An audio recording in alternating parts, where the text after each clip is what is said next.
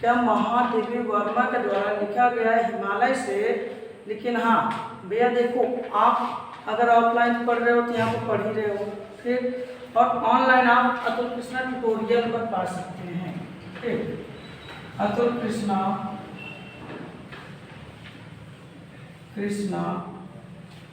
Tutorial, ठीक। इस channel पर आप पा सकते हो हिंदी, ठीक। अदर मैथ भी पढ़ा हुआ है, सब पढ़ा हुआ है। तो देखो बात करते हैं हम सब महादेवी वर्मा के द्वारा लिखा गया हिमालय से। तो इसमें आपका दिया गया है पंक्ति, हे चिर महान स्वर रश्मि छू श्वेत भा बरसा जाती रंगीन हास शैली बनता है इंद्रधनुष पर मन मन मन जाता बतास पर रागहीन तू हिम निदान नभ में गर्भित झुकता ना शेष पर अंक लिए है तीन चार मन गल जाता नत विश्वदेश तन सह लेता है पुलिस भार कितने मृदु कितने कठिन भार टूटी है तेरी कब समाधि झंझार लौटे सत हर हर बचला दिगों से किंतु नीर सुनकर जलते कड़ की पुकार सुख से विरक्त दुख में समान मेरे जीवन का आज मुख तेरी छाया से हो मिलाप इस तेरी साधकता छूले मन ले करुणा की थाना उर में पावस मृग में विहान। देखिए दिया गया हिमालय से, हे चिर महान, ये हिमालय की सुंदरता की यहाँ पर वर्णन किया गया है महादेवी वर्मा के द्वारा। किसके द्वारा? महादेवी वर्मा के द्वारा हिमालय से इसकी तुलना की गई, कितनी सुंदर है। देखो तो आपको पता है, मैं जब भी आपको पढ़ाया हूँ तो पहले ही बताऊँ संदर्भ कैसे लिखा गया, ठीक। जब भी आएगा एग्जाम में तो सबसे पहले क्या लिखेंगे? संदर्भ। संदर्भ में क्या लिखेंगे कि किस पद्यांश यानी किस पद से लिया गया है, ठीक। वैसे यहाँ पर पंक्ति लेंगे, क्या लेंगे? पंक्ति। यहाँ पर हम संदर्भ में पद्यांश नहीं लिखेंगे, ठीक। तो देखिए कहते क्या है कि सबसे पहले संदर्भ लिखते हैं, उसके बाद प्रसंग। प्रसंग में क्या बताते हैं? इसमें किसके बारे में बताया गया है, ठीक। और इसका व्याख्या क्या है? हे चिर महान स्वर रश्मि छू श्वेत भाल बरसा जाती रंगीन हास। देखो कहता है हे चिर महान, हे चिर महान यानी हे हिमालय, क्या? हे हिमालय तुम सदैव महान हो, तुम सदैव महान हो। यह स्वर रश्मि छू श्वेत भाल, कहने का मतलब ये स्वर रश्मि यानी सुनहरी सूर्य की किरणें, क्या? सुनहरी सूर्य की किरणें छू श्वेत भाल, भाल मतलब होता है ये शीश, ठीक। क्या? शीश। आपके श्वेत शीश को स्पर्श कर जाती है, आपके श्वेत शीश को स्पर्श कर जाती है। बरसा जाती रंगीन हास, बरसा जाती रंगीन हास। और तब ये रंगीन हास मतलब हंसी, ठीक। ये तब रंगीन हंसी चारों ओर बरस जाती है, बरस पड़ती है। आगे दिया गया शैली बनता है इंद्रधनुष, क्या? शैली बनता है इंद्रधनुष। महादेवी वर्मा जी कहती हैं कि जब सूर्य की किरणें बर्फ पर पड़ती है, किस पे? जब सूर्य की किरणें बर्फ पर पड़ती है तो तुम्हारे सिर भी इंद्रधनुष की पगड़ी जैसे बन जाती है, ठीक। तुम्हारे सिर भी इंद्रधनुष की पगड़ी जैसे बन जाती है। सूर्य का प्रकाश जब बर्फ पे पड़ता है तो क्या होता है? पिघल जाता है ना, हाँ। और बर्फ क्या होता है? पानी चारों तरफ फैल जाती है। आंशी बात जब फैल जाती है तो चारों तरफ बिछ गया, पगड़ी हो गया, हाँ। आंशी बात कुछ भी लगा लो, अभी देखो सर पे कुछ लगा लो, तेल थोड़ा सा पूरा फैला ना हो ना, तो क्या जब पूरी तरह से फैल जाए, मम्मी कहिए देखो टोपी लगा ली है ना, कहते हैं घर पे। देखो तो वही बोलोगे शैली बनता है इंद्रधनुष, यानी जब सूर्य की किरणें बर्फ पर पड़ती है तो तुम्हारे सिर पर इंद्रधनुष की पगड़ी बन जाती है।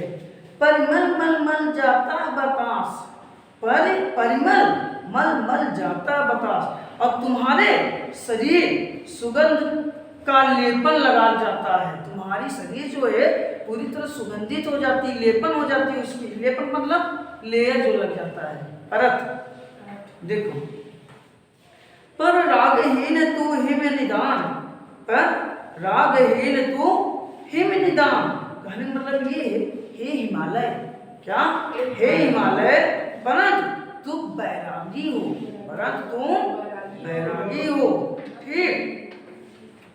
नभ में गर्वित झुकता ना शीश, नभ में गर्वित झुकता ना शीश, कहने का मतलब ये आकाश में, आकाश, नभ में क्या होता है? आकाश, यानी तुम्हारा सिर जो है आकाश को सीधा खड़ा है, तुम्हारा सिर आकाश को सीधा खड़ा है और ये झुकता नहीं है। अच्छा हिमालय ये बताओ नीचे झुका होता है क्या? नहीं ना। हिमालय जो होता है ऊंचाई चोटी तक, इसकी चोटी जो होती है ऊपर की ओर उठी होती है। वही महादेवी वर्मा जी कहती हैं कि तुम्हारा सिर आकाश की ओर सीधा खड़ा हुआ है और कभी झुकता नहीं है। पर अंक लिए है दीन छाड़, क्या? पर अंक लिए हैं दीन छाड़, परंतु अपने गोद में, परंतु अंक का मतलब यहाँ पर है अपने लिए गोद, अपने गोद में लिए हुए दीन समान, दीन समान, छाड़ का मतलब होता है मिट्टी। ठीक, यहाँ पर छाड़ वो साइंस वाला नहीं होगा, हाँ सोडियम हाइड्रोक्साइड ले लेंगे तो नहीं होगा। यहाँ पर छाड़ का मतलब क्या होगा? मिट्टी। इसका हो जाएगा पर अंक लिए हैं दीन छाड़, परत अपने गोद में दीन समान मिट्टी को समाये है और उसे लेकर खड़ा हुआ है। मन गल जाता नत विश्व देख, मन गल जाता नत विश्व देख, मेरा मन पिघल जाता, मेरा मन पिघल जाता झुका विश्व देखकर। ये जो विश्व है इसे देखकर मेरा मन जो पूरी तरह से क्या होता है? दुखमय हो जाता है, पिघल जाता है। तन सह लेता है कुशिल भार, क्या? तन सह लेता है कुशिल भार, कहने मतलब ये तन जो है हमारा ये कठोर भार को सह लेता है, यानी तन का मतलब शरीर बड़ा से बड़ा भार हो सह सकता है, सह लेता है। कितने मृदु कितने मृदु कितने कठिन प्राण, कितने मृदु कितने कठिन प्राण।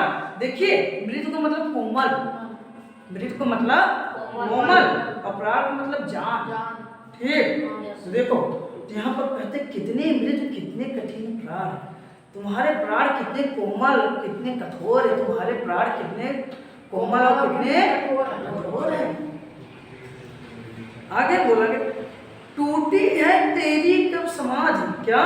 टूटी है तेरी कब समाधि, कहने मतलब तुम्हारे अटूट विश्वास समाधि कभी नहीं टूटी है, क्या? कभी नहीं टूटी है।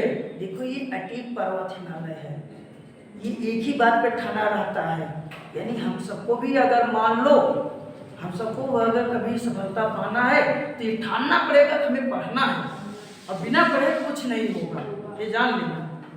यानी ये प्रण कर लेते हैं हम पढ़ेंगे तो पढ़ेंगे। ठीक, यानी कोई कुछ करता है पढ़ते समय, कोई कुछ कर दे चलो चलते हैं खेलने या चलते हैं कुछ काम करने, नहीं, हम बैठे पढ़ने तो पढ़ेंगे, इसे पूरा किए बिना नहीं उठेंगे, और जब तक तैयार नहीं हो जाएगा तब तक पढ़ेंगे। ठीक है, ये बिल्कुल एक हिमालय जैसे अडीक बनते हैं हम सब, अब विश्वसनीय बनते हैं। हम खड़े हैं तो अपने ऊपर लाखों को लेकर खड़े होंगे, ये मिट्टियां जो हमारे अंदर समाई हुई है, भार कितना भी हम खड़े रहेंगे, कितना भी प्रेशर हो, हम कभी झुकेंगे नहीं। ये प्रण होना चाहिए हम सबको। देखो बिल्कुल यही हिमालय की जैसे। ठीक, अब है टूटी है तेरी कब समाधि, यानी टूटी तुम्हारी अटूट समाज कभी नहीं टूटी, कभी भी नहीं टूटी है, यानी जो तुम्हारी विश्वास है कि मैं इसे लेकर खड़ी हो सकती हूँ, ये कभी नहीं टूटी है। झंझा लौटे सत हार हार, झंझा लौटे हार हार, यानी सभी जो आदि तूफान होती, टकरा टकरा के लौट आती है कि नहीं? जैसे कहीं दीवार से गई टकराई वापस, ऐसा नहीं है। तो ये कहती है झंझा लौटे सतहारा, सैकड़ों आधी तूफान तुमसे टकराकर वापस लौट आती है। यानी जब जाती है आंधी तूफान हिमालय से टकराती है और ये वापस चली आती है। आगे दिया गया, वह चला दृगों से किंतु नीर, वह चला दृगों से किंतु नीर, नीर का मतलब होता पानी, आंसू की तुलना यहाँ से की गई है। तुम इतने कठोर हो तो, तुम इतने कठोर हो तो भी तुम्हारे नेत्रों से पानी बह जाता है, बह चला है। ठीक, महादेवी वर्मा जी क्या कहती हैं, तुम इतने कठोर हो फिर भी तुम्हारे आंखों से नेत्रों से ये आंसू गिर जाते, पानी बह जाते हैं। सुनकर जलते कड़ की पुकार, सुनकर जलते कड़ की पुकार, कहने मतलब ये ऐसे में सुनकर, ऐसे में सुनकर तुम्हारे कड़ कड़ जलते रहते हैं, तुम्हारे कड़ कड़ जलते रहते हैं। सुख से विरत दुख में समान, क्या सुख से विरत दुख में समान, कहने मतलब ये तुम्हारे सुख से अलग हो, तुम सुख से अलग हो और दुख में समान बने रहते हो। तो देखो, सुख से विरत दुख में समान, यानी तुम सुख से अलग हो, तुम सुख से बिल्कुल भी अलग हो और दुख में हमेशा एक समान बने रहते हो। यानी दुख हो चाहे सुख हो, तुम्हें कोई फर्क नहीं पड़ता, तुम हमेशा एक समान बने रहते हो। यानी तुम अपने पद से नहीं हटते हो, ठीक उसी पद पर सदैव बने रहते हो। मेरे जीवन का आज मूक, मेरे जीवन का आज मूक, मेरे जीवन, मूक का मतलब होता मौन। ठीक, मेरे जीवन के आज मौन, क्या मेरे जीवन का आज मौन, तेरी छाया से हो मिलाप, तुम्हारी छाया से मिल जाए, तुम्हारी छाया से मिलाप। किसका होता है? भरत मिलाप सुना है हो? कहते हैं भैया मिलन होगा आज राम और भरत का, है ना? वही मिलाप है, मिलाप मतलब मिलन। तो ये बोला गया मेरे जीवन का आज मुख तेरी छाया से हो मिला, कहने मतलब ये तुम्हारी छाया से मेरे जीवन की आज जो मौन है, तुम्हारी छाया से आज मिलाप होगी, मिलन होगा। तब तेरी साधकता छूले मन ले कौड़ की थाना, उर में पावस दृग में। अब देखो दिया गया है, तब तेरी साधकता छूले, यानी कहने मतलब ये मेरे शरीर की साधना, मेरे शरीर की साधना उस सीमा तक पहुंच जाए, उस सीमा तक पहुंच जाए। मन ले कौड़ा की था नाप, कौड़ा मतलब दया है। कहते भैया इनके अंदर बड़ा करुणा भरा हुआ है, बड़ा दया भरा, बड़े दयावान है, कितने यहाँ दयालु है। ये देखो, मन ले कौड़ा की था नाप, कहने मतलब है तुम्हारी दया की गहराई, तुम्हारी दया की गहराई मेरे मन को थाम ले, मेरे मन को थाम ले। उनमें पावस दृग में विहान, क्या उनमें पावस दृग में विहान, यानी कहने मतलब ये है कि तुम्हारे दृग का मतलब यहाँ पर हृदय से, ठीक, तुम्हारे हृदय में पावस है, तुम्हारे हृदय में पावस है और नेत्रों में साधना समाई हुई है, नेत्रों में साधना समाई हुई है। ठीक, उम्मीद है ये हिमालय से आपको समझ आया होगा। ठीक, इसे रिवाइज कर लीजिए और आगे देखते हैं अभी। ठीक, कोई समस्या इसमें नहीं? तो चलिए ठीक है, इसे रिवाइज कर लीजिए फिर देखते हैं।